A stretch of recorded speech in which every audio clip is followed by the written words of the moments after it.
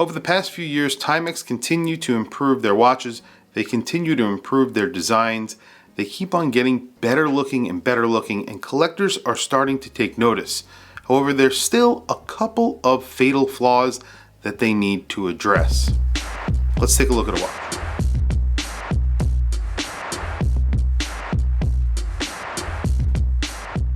So today we have a TIMEX that I sort of bought on a whim last week when this was released. This is the Waterbury Dive Style watch is what they called it.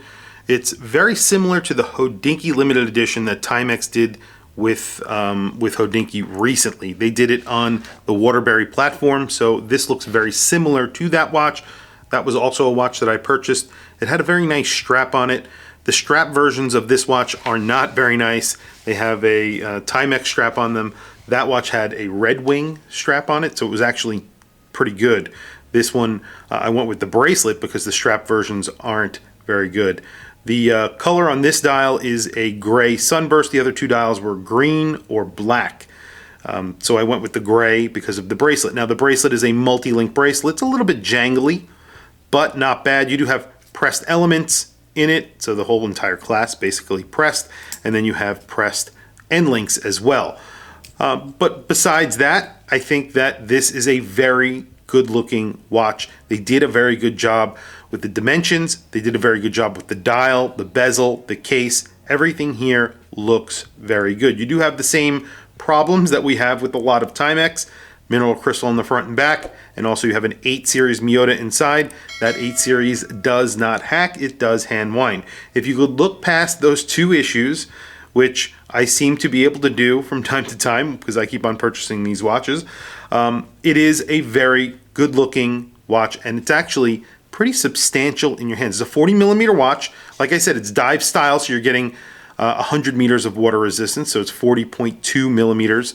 The lug to lug, there's an effective lug to lug of like 1 millimeter difference, I believe, so it's 47, let's see, let me catch it correctly, 46.9, and at the lugs themselves 47.4, so almost the same. You have a pretty nice crown on here, 6.3 millimeters, could be a little bit bigger, and then the thickness, considering this is a 100 meter watch, it's not a dive watch, 12.6 millimeters. You do have a screwed in case back with a mineral crystal, so there you go, and you can see the Miyota movement from the back. Nothing to look at, really not a great looking movement, but you get to see it. I don't know why they insist on putting a clear case back on these watches. I guess for some people it would be interesting. If you're starting out collecting, you want to know that it's an automatic, you can flip it over, it might be interesting to look at it. I think for a lot of people who collect, you probably don't want to see an 8 series Miyota movement. That's just me, I guess, but that's it. You do have a sort of a step bezel here, very similar to that Hodinkee limited edition. It's flat on the top, slopes down. Everything is printed on in a silver tone. The bezel action is excellent on this watch.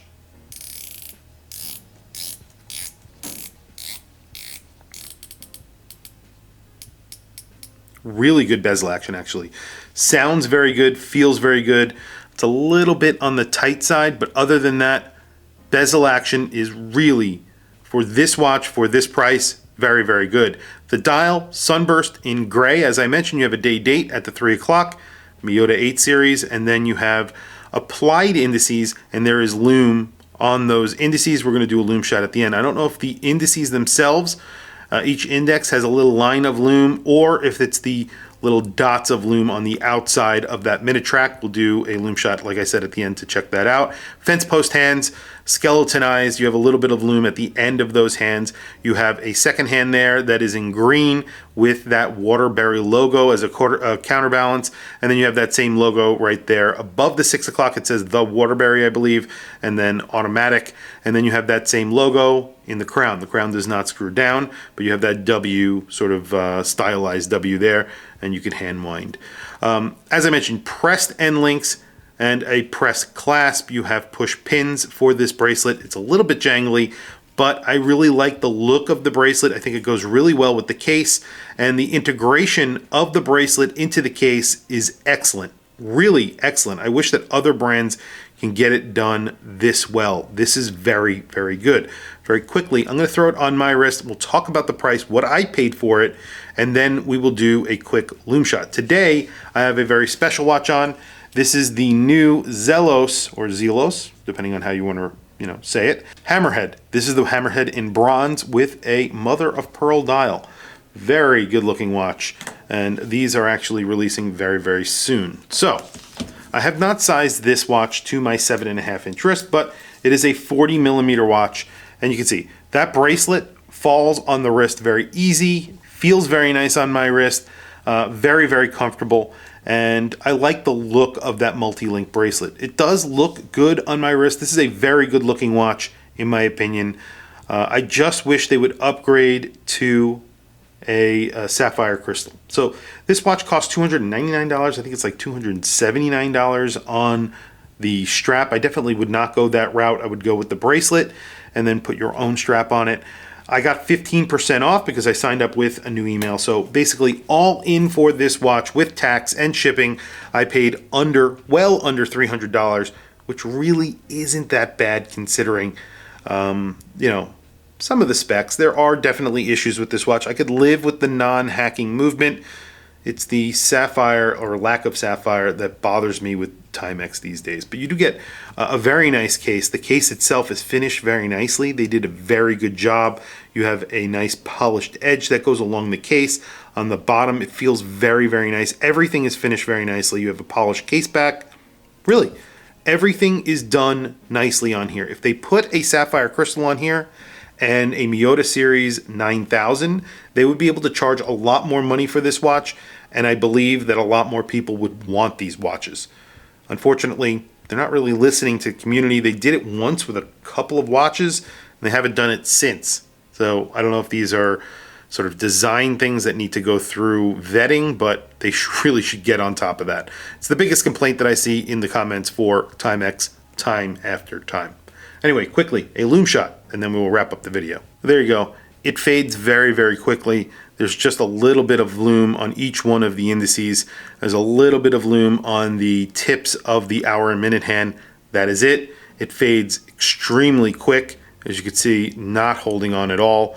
And it is not holding on. So it's very thinly applied to the indices, just barely thicker on the hands, but not much. There is very little Lume on this dial, if really almost at all. It's like one layer of Lume on those indices. It's gone already. I cannot keep it charged, so that's it. Very disappointing in the Lume department. If they're calling this a dive style watch, they should put a little bit more Lume on it, I think, right? It definitely could use it. Anyway, tell me what you guys think down in the comments below. I think this is a very good looking watch. I think the design is very good. They are lacking in some categories that I think a lot of watch collectors find very important. Lume, sapphire crystal, hacking. These are very simple fixes to this watch that would raise the price, but not by a lot of money. If they put a sapphire crystal and they charged me an extra $10 or $20, I would be happy with that. If they put a hacking movement inside, I'm pretty sure that wouldn't cost them much at all. I think that would probably cost them another $5 or $10, maybe not even that. And then putting Lume, just put a little bit more Lume, just a couple of more layers. It's gone. Even the hands have faded. There's nothing here. In person, it looks like there is nothing on the dial. If I had all the lights off right now, this would be just a dark screen. You wouldn't even be able to see the watch. That's how bad the Lume is. So really piss poor Lume. That's the only way you can put it. Tell me what you guys think down in the comments below. I want to hear from you guys. What do you think of the watch? What do you think of what TIMEX is doing? I always ask this question when I do a TIMEX video. Sometimes they're disappointing, sometimes they're not. I think this is good looking, but there are things that disappoint about TIMEX. And here's another one, the Lume. Tell me what you think in the comments down below. Please also don't forget to like and subscribe. Hit that bell icon. It is super helpful for the channel, and I very much appreciate it. Please follow me on Instagram. My Instagram is WatchChrisBlog, all one word. I have some links in the description. Those links are to Amazon. If you click those links and buy anything, it helps support the channel. It doesn't cost you anything extra. However, I very much appreciate it. Anyway, thank you for logging on. I'll catch you guys in the next video.